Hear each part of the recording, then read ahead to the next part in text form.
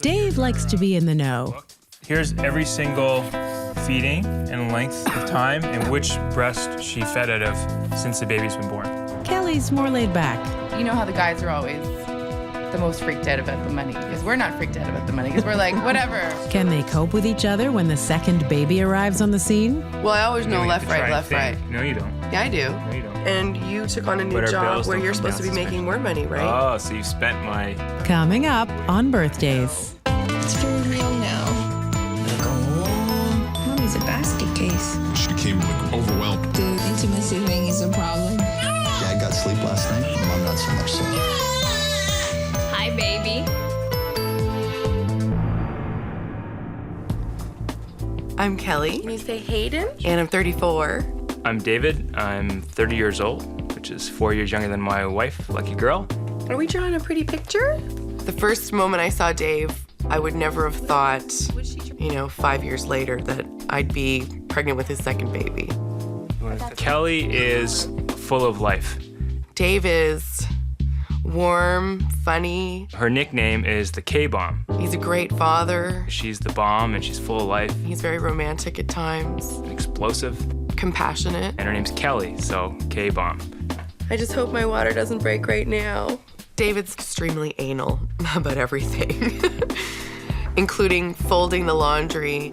If you look at my closet, it's, kind of neat and organized. My drawers are neat and organized, contrary to my wife's closets, which are anything but neat and organized. He gets quite upset if I pull clothes out of the closet when they're folded neatly and then they get disheveled. I'm not a freak about it, but when I do the laundry, I try and do a quick straighten up, only to see her, pulling the sweater from the bottom and the rest of them falling over. So that kind of gets my blood boiling a little bit. But I have a 2.5-year-old son, Luke, who's an angel. our son Luke is very, very well behaved and on a very good routine and a very good schedule. One of the most important things about having a child is the schedule and being on a routine, and kids respond to that very well. Where's your belly button? That's right. All right. Up till now, Dave and I have always been on the same page about our parenting. Kelly and I don't really have the same philosophy for the first month at home for this baby. Dave wants to Babywise this baby, which is what we followed with Luke. It's parent-directed feeding. I would bottle feed and she would bottle feed, and we would take turns. I'm a very hands-on dad, so I like doing that kind of stuff. But the next baby, I'm going to want to breastfeed longer and nurse. And I didn't get to do that with Luke because I had a very difficult time with the breastfeeding. And I think that if we had have forced the issue longer and really tried to make it work, we would have done things a little bit differently. Dave still wants to be scheduled, and I want to feed the baby when the baby needs to be fed so I can focus on the breastfeeding. I struggle with the fact that she's not going to allow any form of a routine. Let's take a look, Luke, in the mirror. I think when we fight about money is when the claws come out. I don't think the second baby is as big of a financial issue, except that I'm not going to be working. So, of course, I'm not... Well, half of our revenue comes from where you work. So if that Right. goes away, how can we afford all the... Because our expenses don't go down. No, We don't I spend know less that. money. I know that. But Right. but we have expense. We haven't sat down and talked about where we can cut things and cut things financially. The cost of a second child isn't that much greater than the cost of the first child. The only difference is being on mat leave. I don't do disagree, get the costs are something. I different. do get something on mat leave. I just don't get the same pay that I Do have. you have any idea what the mat leave pay is Yes. versus the regular pay? Yes. It's substantially less. Right, and you took on a new But our job bills where don't you're come supposed to down be making suspicious. more money, right? Oh, so you've spent my new incomes, have you? No. I like to shop at Food Basics, and she likes to shop at, Fortino's or like a more higher end grocery store sometimes. And I'm like, well, if we just need milk and cereal and bread, we can go to a more inexpensive store to buy those types of things. He says I spend money frivolously. It makes me wonder if she has to buy the staples at an expensive place. What else is she buying out there when I'm not around? He likes to make broad statements about things, or women in general, when it comes to spending money, which includes me, which makes me angry. Financially, if we're set back, we're gonna What are we climb out gonna of the do? hole. How? You're not working for the next year. How are we gonna climb out of the hole? You'll find a way. Ah, see? Her financial acumen is challenged at times. It'll just happen. It comes from the sky.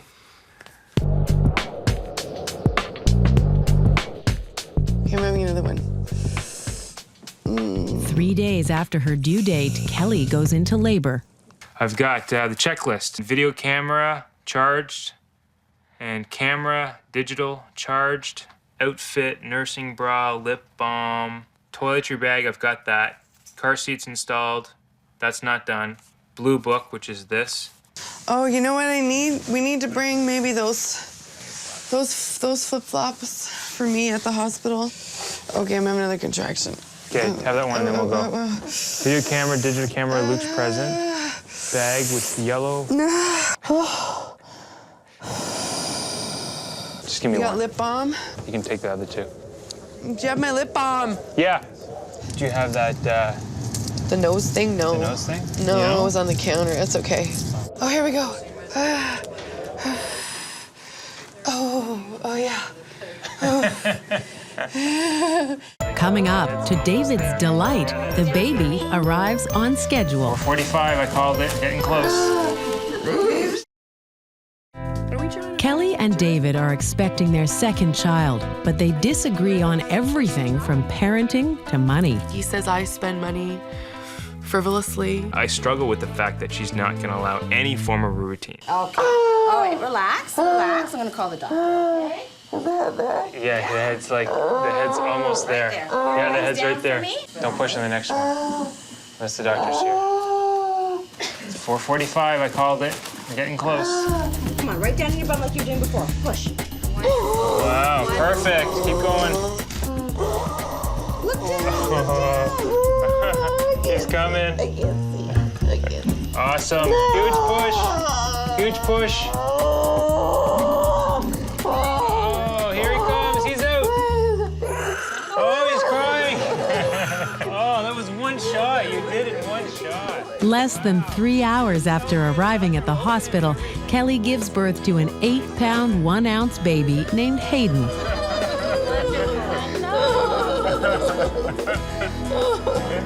Hayden came out so fast, it was like a race.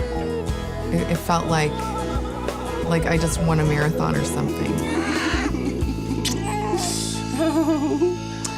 Oh my gosh, he's so big. You're so long. The next day, an unexpected complication arises.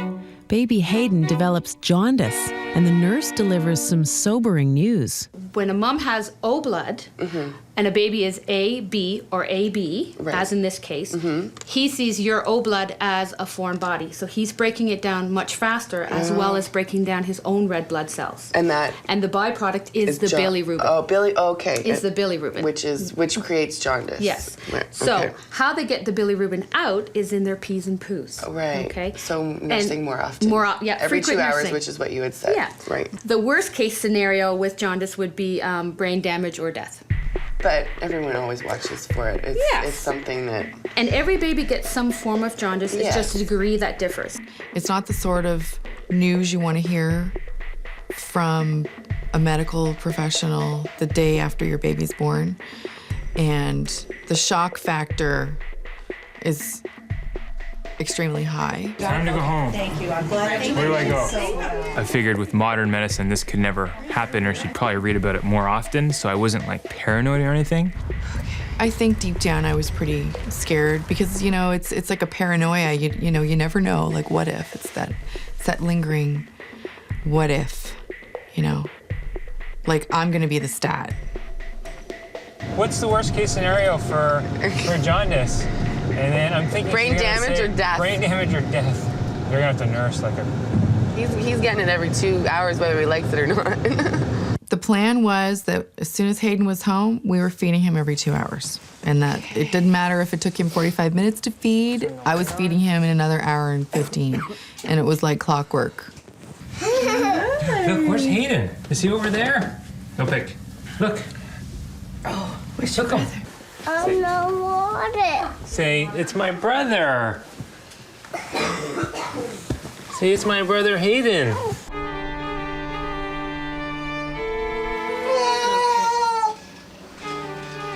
One of the biggest fears of bringing Hayden home that night was just not being able to tell whether he has jaundice or not.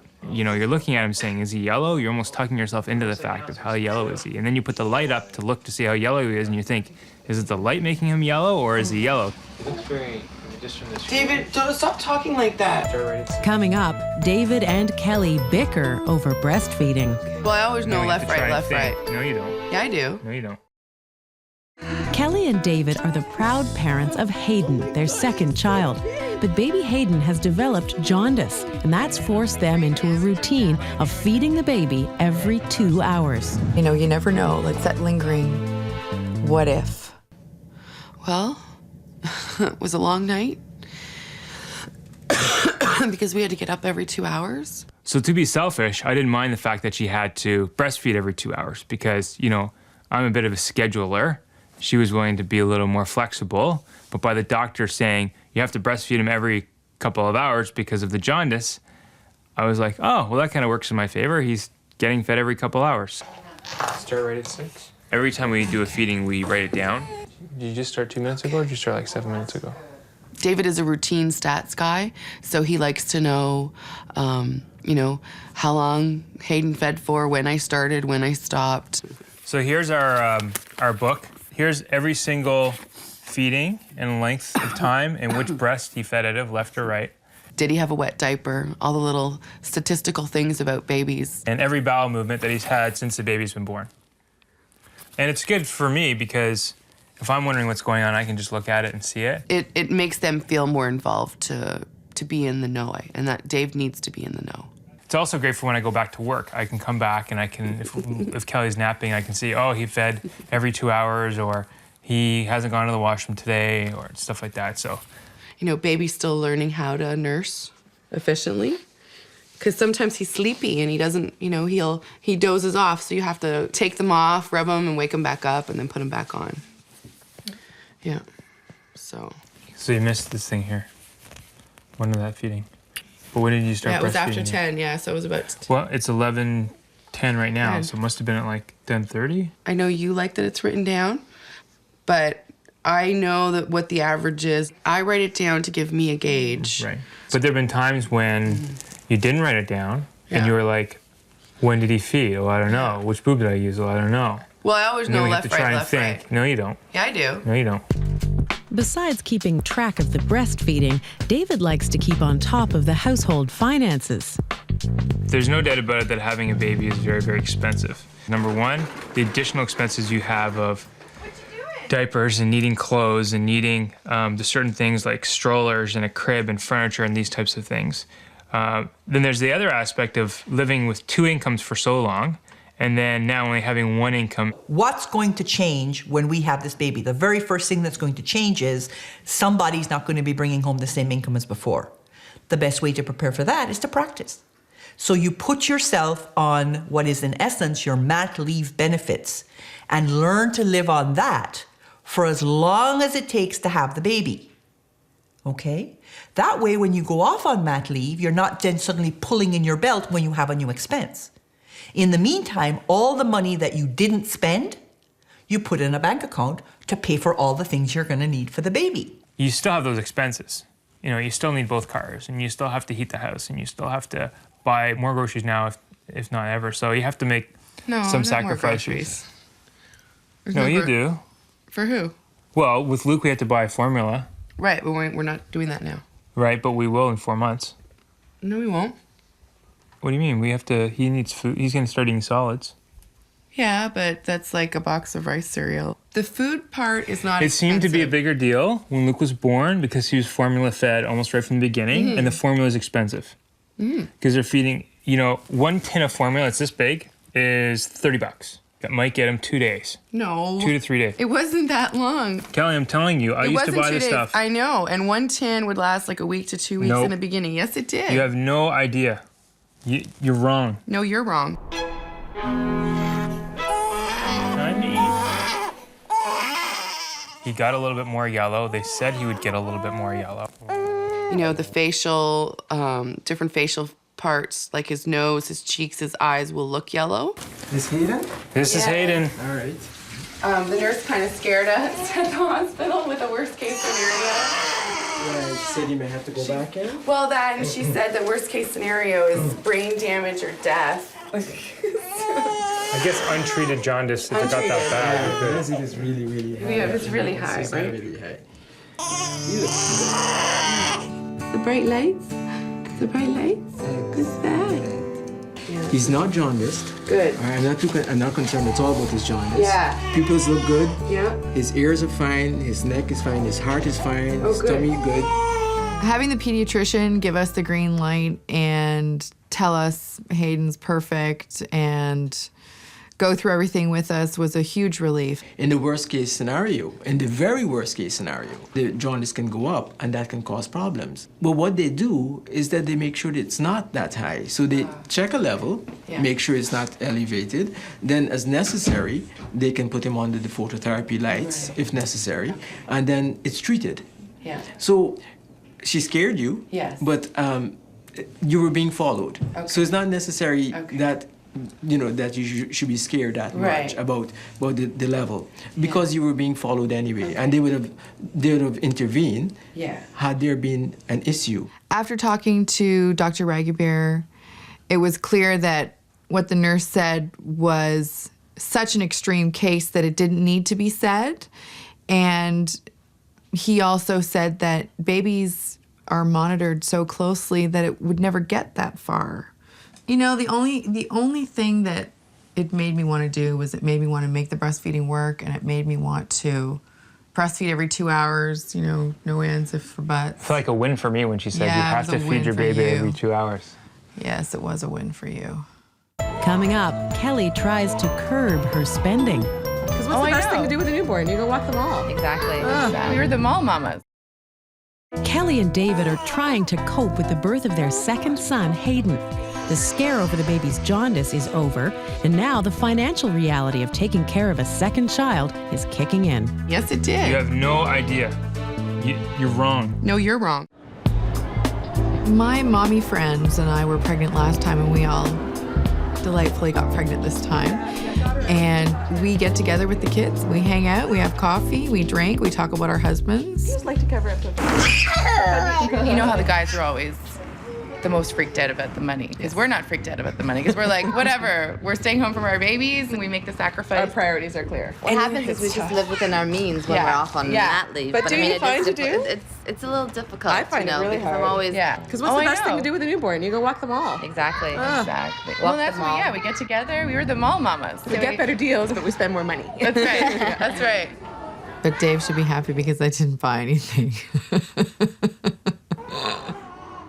I think Dave's getting his way with regard to finance because I am so aware of the financial situation that I'm the one who's, pinching pennies. But I'd like to see you bring your lunch to work. Yeah, I struggle with bringing my lunch. Nobody has a clue what they're spending. So the very first thing you have to do is write it all down.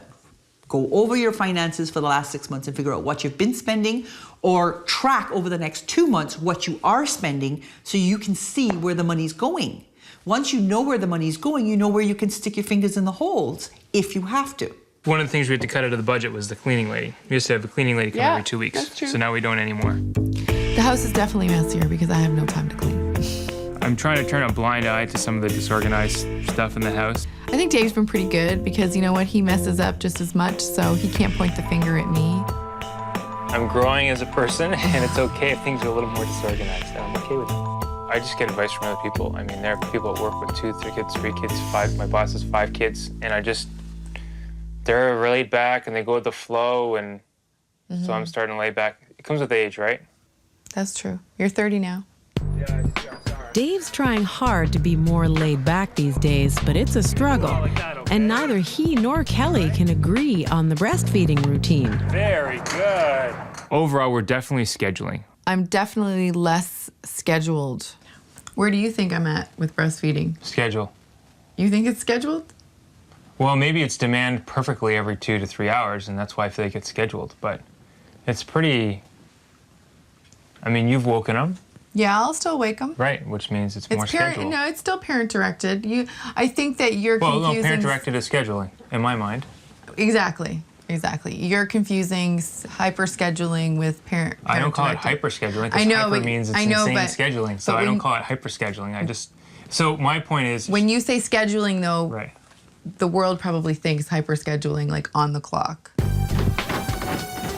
Since Dave's been back at work, things have changed at home. For one, Kelly has abandoned Dave's blue book.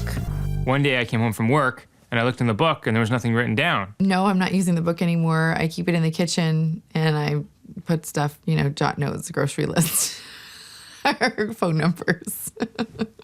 I know you like referring to it, and I know... No, have I bugged you once about it? No, not recently. No, you still ask me now, though. I asked you what? Not if you've written in it.